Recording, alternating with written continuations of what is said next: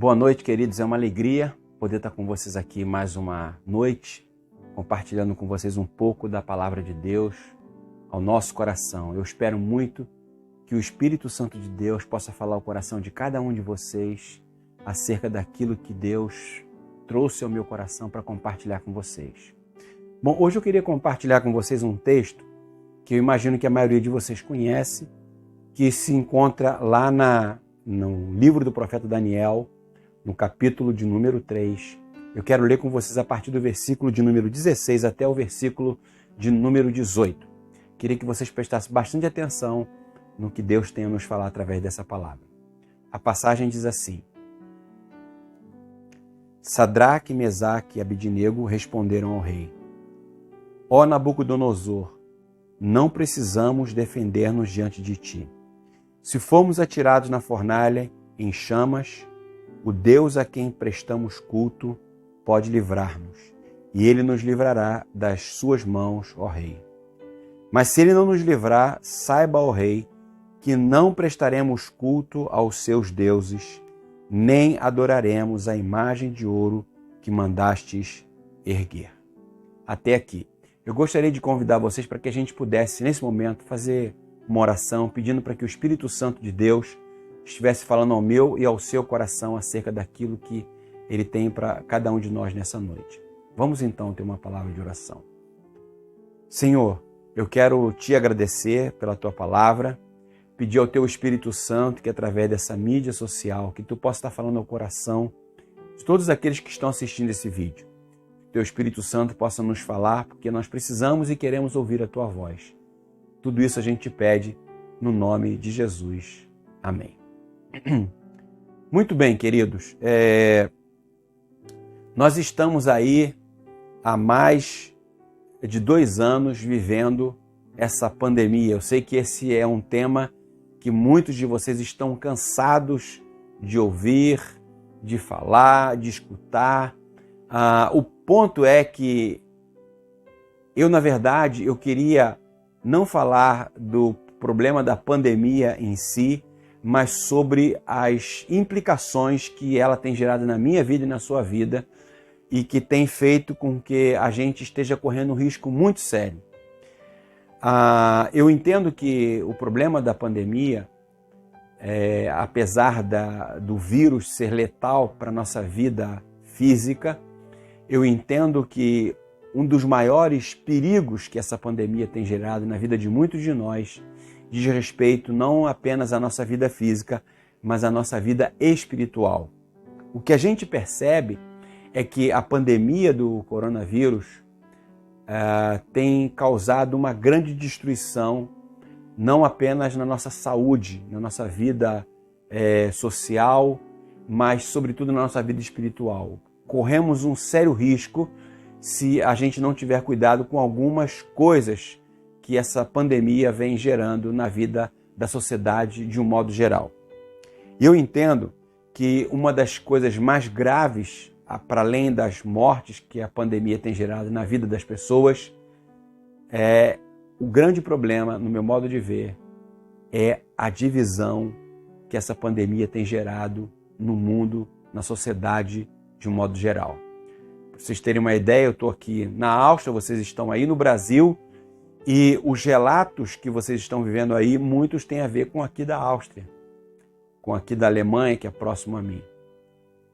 O problema da divisão que a pandemia tem gerado na vida de todos nós é muito mais grave do que a gente pode imaginar.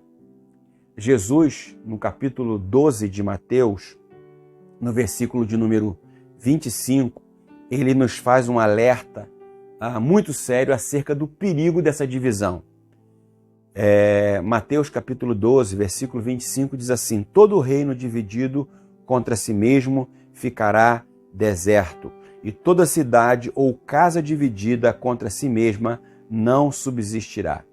Então, a pergunta que a gente precisa se fazer diante dessa situação que a gente está vivendo, ou seja, nessa divisão de pensamentos, basicamente aqueles que são a favor da vacina e aqueles que são contrários, é que, na verdade, nós estamos vivendo uma grande divisão.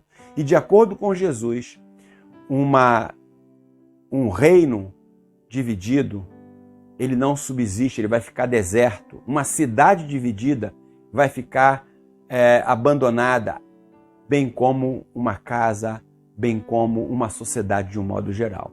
Então, a gente precisa dar uma resposta diante dessa divisão. A gente precisa saber se essa divisão ela faz sentido ou não faz sentido do ponto de vista da palavra de Deus. E o que a gente percebe é que o diabo tem gerado essa divisão para nos tornar vulneráveis nas suas mãos, porque como o texto diz, como Jesus fala no texto lá de Mateus, que um reino dividido, uma cidade dividida, uma casa dividida não subsiste, ela vai ficar deserta.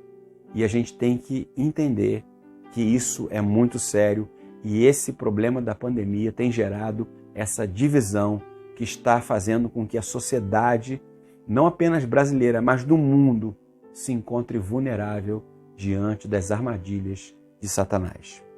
Dito isso, eu gostaria de dizer para vocês que a história de Sadraque, Mesaque e Abednego, ela nos traz algumas lições que nos ajudam a definir quais os limites da nossa caminhada cristã com Deus e quais os limites que a gente deve ter, sobretudo numa sociedade cujos valores são diferentes dos nossos valores cristãos. E o capítulo 3 ele nos traz algumas lições muito importantes. Bom, o capítulo 3 fala da construção de uma estátua toda de ouro, e o rei Nabucodonosor mandou que todos, ao som da trombeta, ao som dos instrumentos de música, deveriam se curvar e adorar essa estátua. E aqueles que não adorassem essa estátua seriam lançados numa fornalha de fogo ardente. No entanto, no capítulo 3, a gente não encontra ali por que essa estátua foi construída e nem se essa estátua ela simbolizava alguém, uma pessoa. Não está claro nisso. O que está ali é que o rei Nabucodonosor mandou construir uma estátua toda feita de ouro e que as pessoas deveriam adorar aquela estátua e aqueles que não adorassem seriam lançados numa fornalha ardente. Só que, se a gente lê o capítulo 2 do profeta Daniel, a gente vai chegar a uma conclusão de que o que está sendo descrito no capítulo 2 tem uma relação direta daquilo que está acontecendo no capítulo 3 do profeta Daniel. Ou seja, no capítulo 2, o que a gente encontra é o rei Nabucodonosor tendo um sonho, e ninguém conseguindo interpretar esse sonho, o Daniel é chamado para interpretar o sonho do rei Nabucodonosor. E qual era o sonho? Ele havia sonhado com uma estátua. Mas a estátua do capítulo 2 de Daniel é diferente da estátua do capítulo 3. Se não, observem. No capítulo 2, a estátua, lá naquele capítulo, ela tinha cabeça de ouro, peitos e braços de prata, barriga e quadris de bronze, pernas de ferro e pés de barro e de ferro. Ou seja, na interpretação do sonho de Daniel, Deus estava dizendo para o rei Nabucodonosor que o reino da Babilônia era um misto de riqueza e fragilidade. E o capítulo 3 a gente encontra o quê? O Nabucodonosor construindo uma estátua. Só que agora essa estátua era diferente, completamente diferente daquela estátua da interpretação do sonho de Daniel. Ou seja, no capítulo de número 3, o rei Nabucodonosor manda construir uma estátua totalmente de ouro. Ou seja, o rei Nabucodonosor estava dando uma resposta à interpretação do sonho de Daniel, dizendo que o reino da Babilônia, ao contrário do que Daniel havia dito, era um reino de riqueza e de perpetuidade. E isso é muito interessante porque no capítulo 3, o rei Nabucodonosor então está dizendo que o reino da Babilônia não teria fim, através daquela estátua que ele constrói, que era completamente contrária à estátua do capítulo de número 2, no sonho que Daniel interpretou.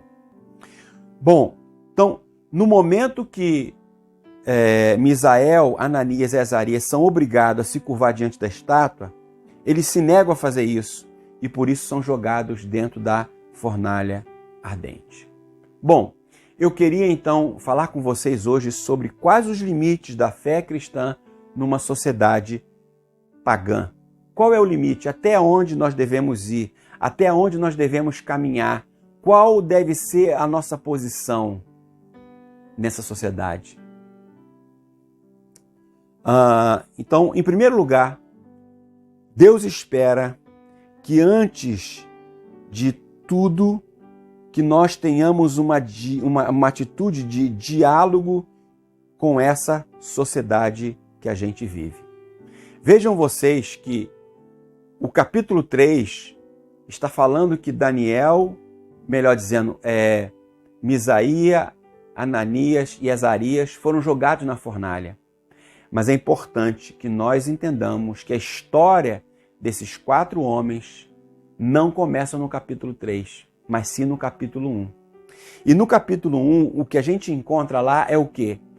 É o rei determinando que os Daniel e os seus 3 amigos comessem da comida sacrificada do rei. Eles bebessem do vinho. E o que a gente encontra aqui é que Daniel e os seus amigos, ao invés deles partirem para um confronto, para uma postura mais agressiva diante daquela obrigatoriedade, o texto diz que eles fazem um diálogo. Eles conversam. Olha o que diz lá o capítulo 1 de Daniel, verso de 8 e 9. Olha o que diz o texto. Daniel, contudo, decidiu não se tornar impuro com a comida e com o vinho do rei, e pediu ao chefe dos oficiais permissão para se abster deles. E Deus fez com que o homem fosse bondoso para com Daniel e tivesse simpatia com ele.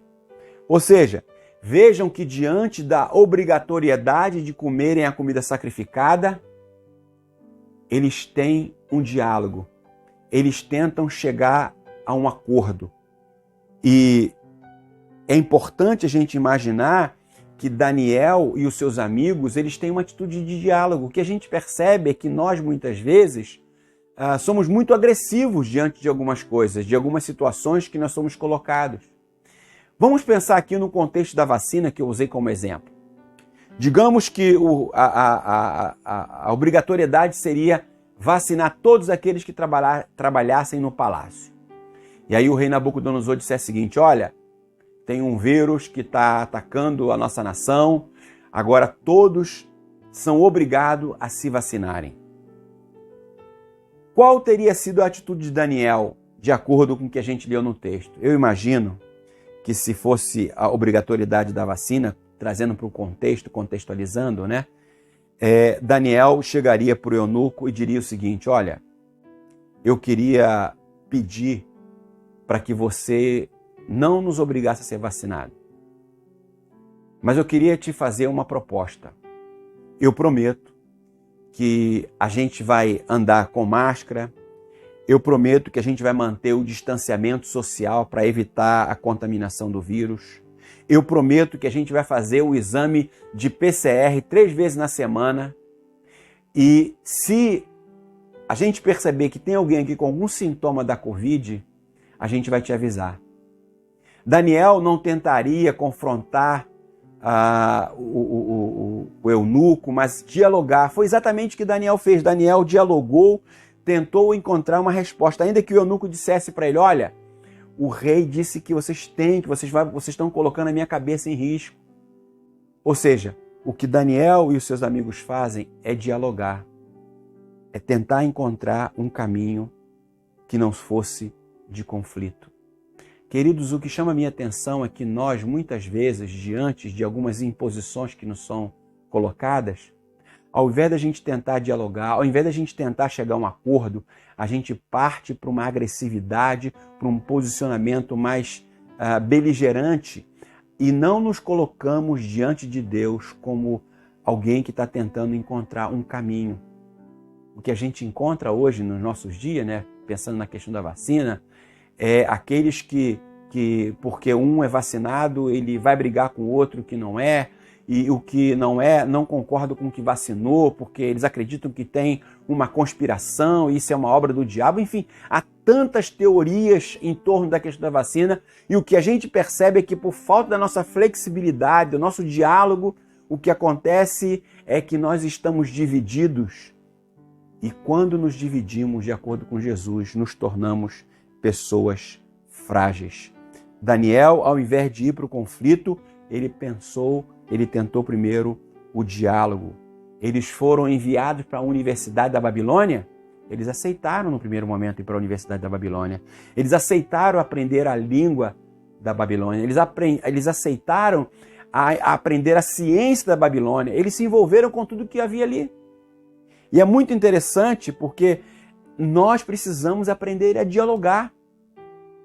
E quando a gente não dialoga, quando a gente não tenta encontrar um caminho, o que acontece é que a gente entra num profundo sofrimento, numa profunda angústia. Deus espera que antes da gente ter que partir para o confronto, a gente tente dialogar. Mas a verdade é que muitos de nós estamos pouco tolerantes diante dessas situações. Às vezes, a gente acha que está sofrendo porque a gente está servindo a Deus. Mas muitas vezes o nosso sofrimento tem uma relação com a nossa intolerância, com a nossa falta de diálogo, com a nossa falta de buscar, tentar encontrar um caminho, um meio que seja mais de diálogo para resolver o problema. Nós precisamos entender que, embora existam coisas na cultura que são realmente influência clara de Satanás, nós não podemos demonizar essa cultura, porque nessa cultura, no mundo que a gente vive, são pessoas criadas à imagem e semelhança de Deus. Nós não podemos achar que só nós cristãos somos donos da virtude. Os ímpios também têm virtude, porque são imagem e semelhança de Deus. E a gente precisa entender isso. O que a gente percebe é que muitas vezes a gente briga ao invés de conversar. Muitas vezes a gente age de uma maneira agressiva porque a gente não tem sabedoria. Falamos quando na verdade a gente deveria ficar calado. Queridos, a gente precisa aprender a escolher qual luta a gente deve lutar. Qual luta vale a pena a gente enfrentar? E muitas vezes a gente está tão cheios de impaciência que a gente briga por qualquer coisa. Levamos um tanque de guerra quando, na verdade, uma espingarda de chumbinho resolveria o problema. Precisamos aprender a negociar.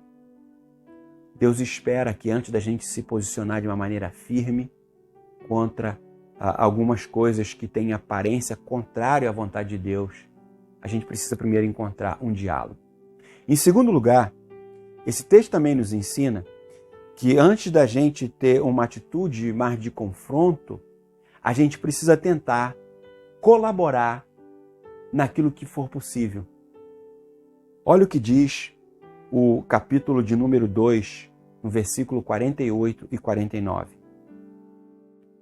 Então o rei colocou Daniel no alto cargo e o cobriu de presentes. Ele o designou governante de toda a província da Babilônia e o encarregou de todos os sábios da província. Além disso, a pedido de Daniel, o rei nomeou Sadraque, Mesaque e Abednego, administradores da província da Babilônia, enquanto o próprio Daniel permanecia na corte. Vejam que coisa interessante. Quando Daniel foi convidado para se tornar governador da Babilônia, ele aceitou o cargo. Talvez alguns de nós diríamos, eu não quero compactuar com a Babilônia, porque a Babilônia é uma nação pagã, eu não quero ter nenhum tipo de envolvimento com esse paganismo, porque eu sou uma pessoa santa, eu sou uma pessoa de Deus, eu sou uma pessoa pura, eu não quero compactuar com isso. Mas veja que Daniel não apenas aceita o convite do rei Nabucodonosor para se tornar governador, como ele pede que os seus 3 amigos também fossem inseridos na vida pública, para que eles pudessem ser um instrumento de Deus para influenciar aquela nação.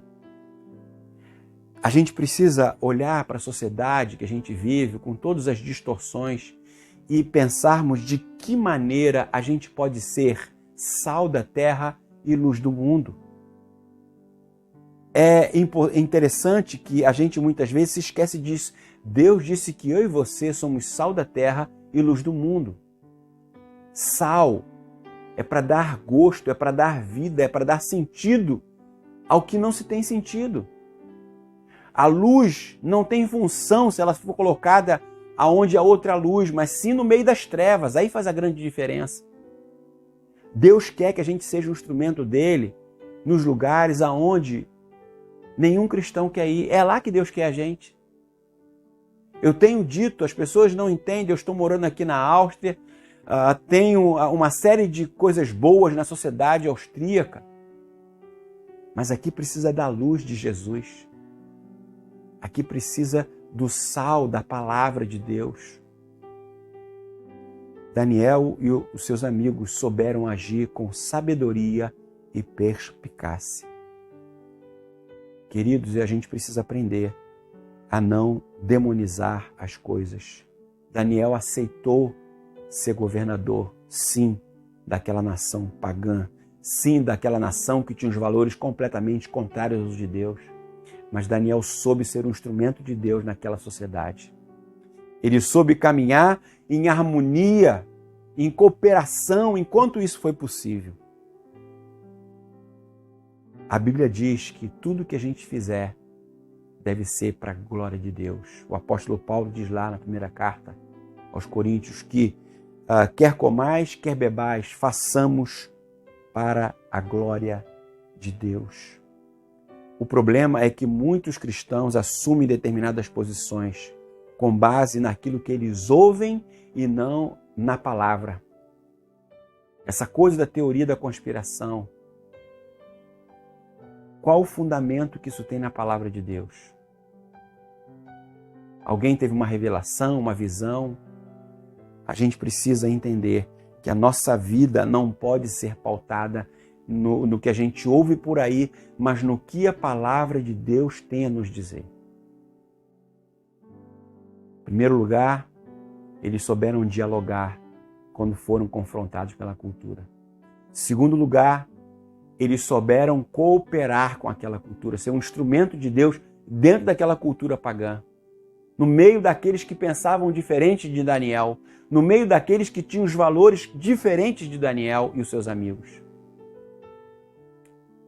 Em terceiro lugar, Deus também espera que tenhamos uma atitude de fidelidade e coragem quando for preciso nos posicionarmos.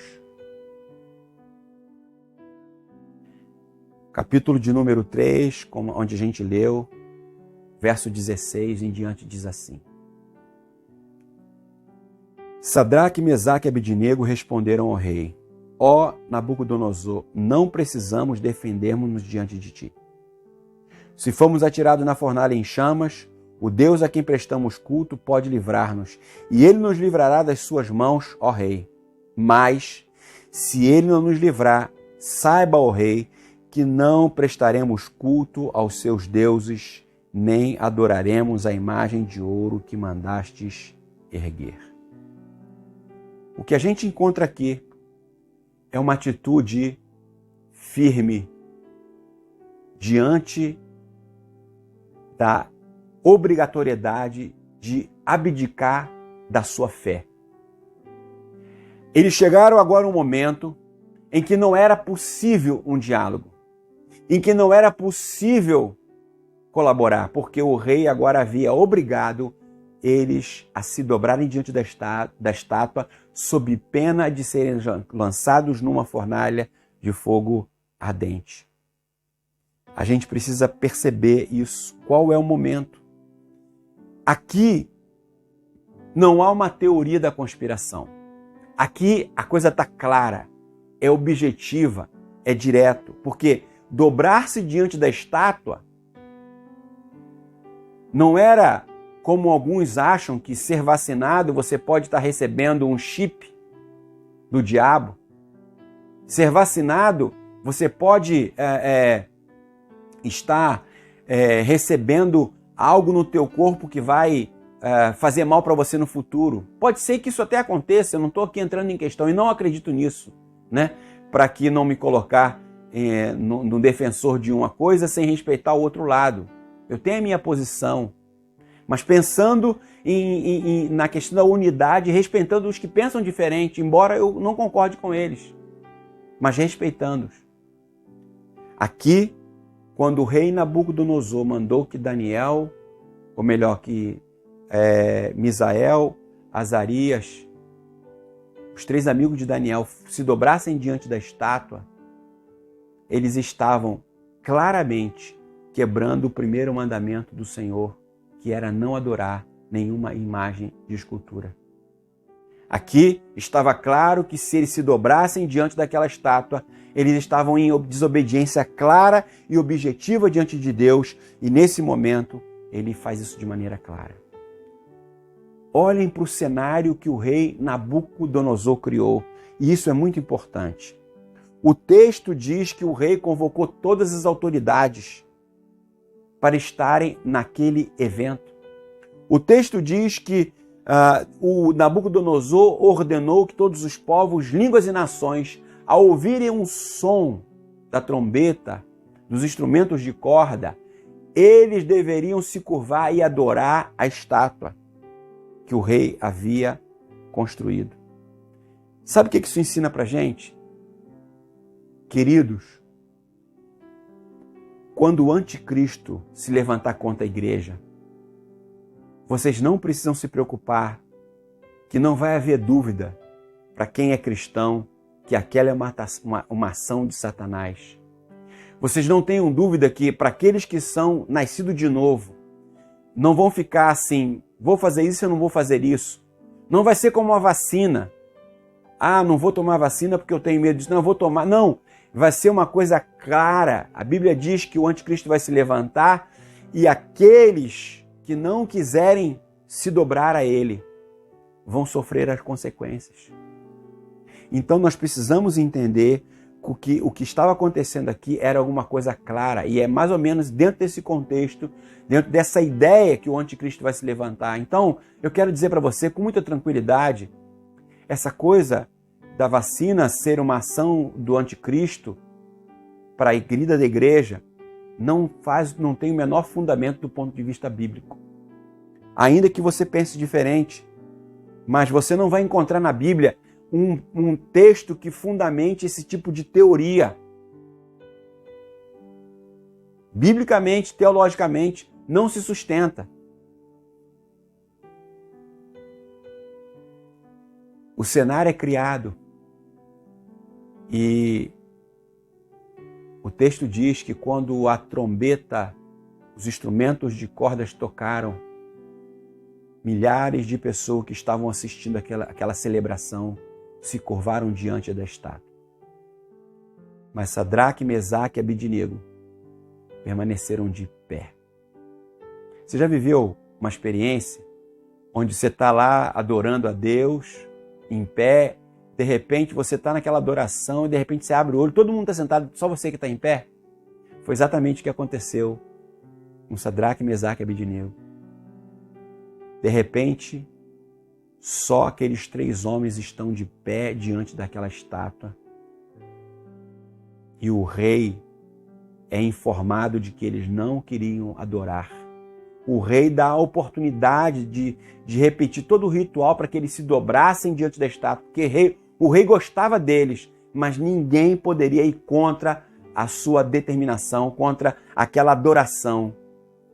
E aí o capítulo 3, versículo 16 em diante, diz que eles dizem para o rei: nós não vamos nos dobrar diante dessa estátua, porque isso é uma violação da nossa fé de uma maneira clara, direta e objetiva. Aqui não há uma teoria, aqui é claro, é objetivo. Eles não se curvam, eles estão de pé, eles estão ali porque o que estava em jogo não era uma opinião, não era o que eles achavam, mas claramente a sua fé estava sendo colocada em xeque. E naquele momento, a sua fidelidade a Deus estava sendo colocada em jogo. A minha pergunta para vocês é: será que isso tem alguma coisa a ver com a vacina? O fato da gente não se vacinar está colocando a nossa fé em Deus em jogo? O fato da gente se vacinar está colocando a nossa fé em Deus em jogo? De que maneira? Dentro de que perspectiva? Você pode ter discordâncias científicas de uma série de coisas, mas não tem nada a ver com a fé. Será que não estaríamos nós seguindo o primeiro ponto, o segundo ponto dessa pregação, quando Daniel decide colaborar? Ou será que a gente chegou no terceiro ponto? Me parece que não. Porque aqui é o momento de se posicionar. É o momento em que eles têm que se colocar de uma maneira firme, objetiva, direta contra algo que estava indo contra a sua fé. Estava fazendo com que eles negassem a Deus.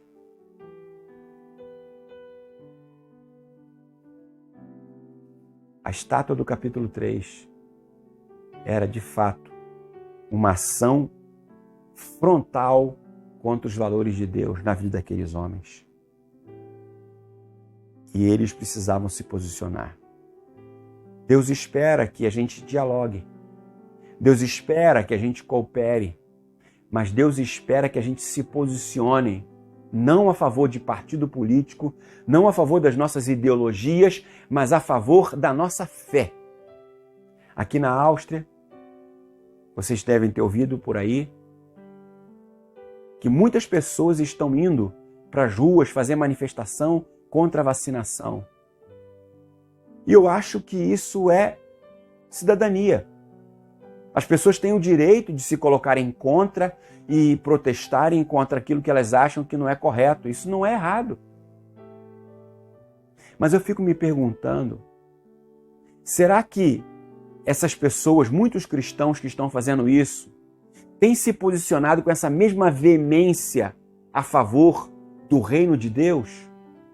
Para sair, para pregar nas praças públicas, para ir nos locais falar do Evangelho de Cristo? Ou parece que alguns de nós abraçamos apenas algumas pautas que são mais ideológicas do que verdadeiramente cristãs?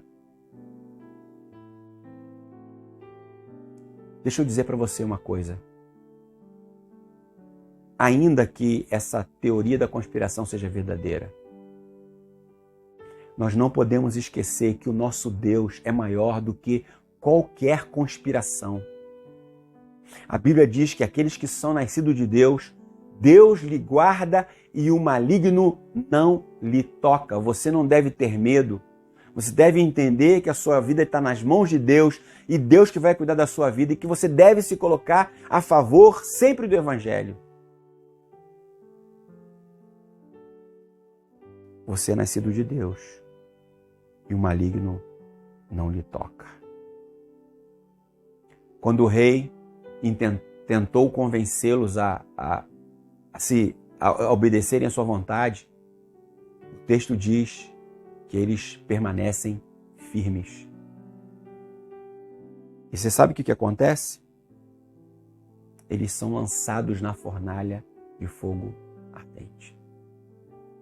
Eles são lançados numa fornalha de fogo ardente. Significa dizer que no começo da história, lá no capítulo 1, o texto diz que Deus tocou no coração do eunuco para que aceitasse a proposta de Daniel.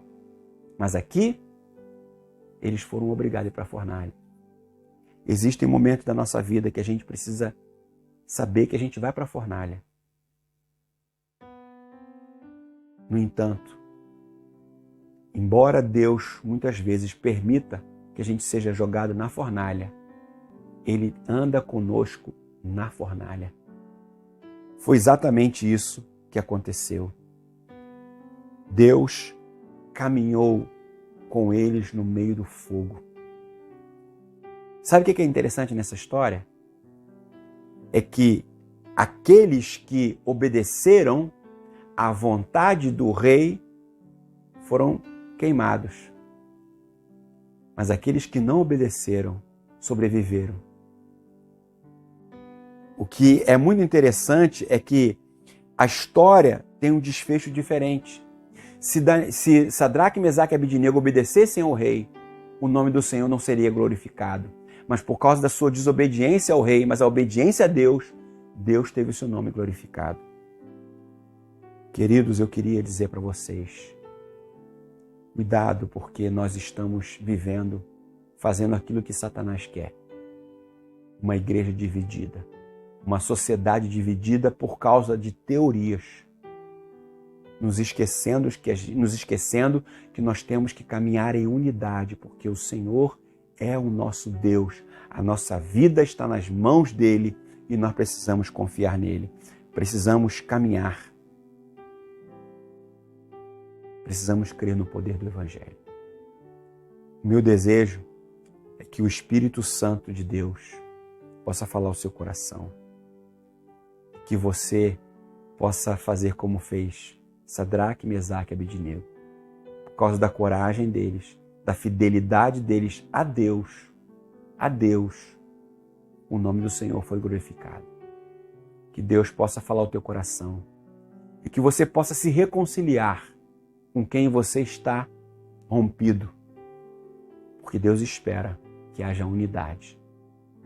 É preciso que a gente entenda que o fato de a gente pensar diferente, isso não pode fazer com que a gente caminhe isoladamente. Nós somos um corpo. Jesus disse que a sua igreja seria reconhecida através da nossa unidade. E o que tem se visto por aí não é a igreja de Cristo. Porque a igreja de Cristo, ou o que se diz igreja de Cristo, está dividida. Que Deus possa ter falado ao teu coração, que essa palavra possa abençoar a tua vida. E que Deus te ajude a ser um instrumento dele nesse mundo que a gente vive, com os valores completamente contrários de Deus. Vamos orar? Feche seus olhos, curva sua cabeça. Queria que você pensasse nessa palavra, naquilo que Deus tem para te dizer. Você que tem andado em divisão, em conflito com pessoas por causa de pensamentos diferentes aos seus. Senhor, a gente quer te agradecer pela tua palavra, porque ela nos ensina que a gente precisa aprender a dialogar. A gente precisa caminhar a segunda milha. A gente precisa caminhar em unidade para que nós não nos tornemos presas fáceis para Satanás. Nos ajuda, Senhor, a ter sensibilidade e discernimento espiritual. A entender que somos sal da terra e luz do mundo, Senhor. Nos ajuda, Espírito Santo, também a nos posicionarmos de uma maneira firme diante daquilo que a gente sabe que está indo contrário aos teus valores. Nos ajuda, Senhor, a sermos firmes para nos posicionarmos contra aborto, a sermos firmes, Senhor, para nos posicionarmos contra casamentos homossexual. Nos ajuda, Senhor, a sermos firmes para nos posicionarmos contra todos aqueles valores que são claramente contrários à sua palavra. Somos seus servos. Antes de sermos cidadãos do mundo, nós somos cidadãos do reino de Deus. E essa deve ser a nossa maior preocupação. Queremos ouvir a tua voz, Senhor, nesses dias tão difíceis. É o que nós pedimos em nome de Jesus. Queridos, obrigado pelo tempo de vocês. Que Deus possa ter falado ao coração de cada um de vocês. Obrigado ao pastor Eduardo, ao Conselho da Igreja Presbiteriana de Piratininga, aos queridos irmãos que têm participado dessa igreja. Obrigado por todo o apoio. E quero pedir para que vocês continuem orando pelo nosso trabalho missionário aqui na Áustria. Eu conto com as orações de vocês. Ela é muito preciosa para o nosso ministério aqui. Que Deus possa ter falado com vocês. Tenham todos uma semana abençoada e que o Espírito Santo abençoe todos vocês. Muito obrigado por tudo. Deus os abençoe.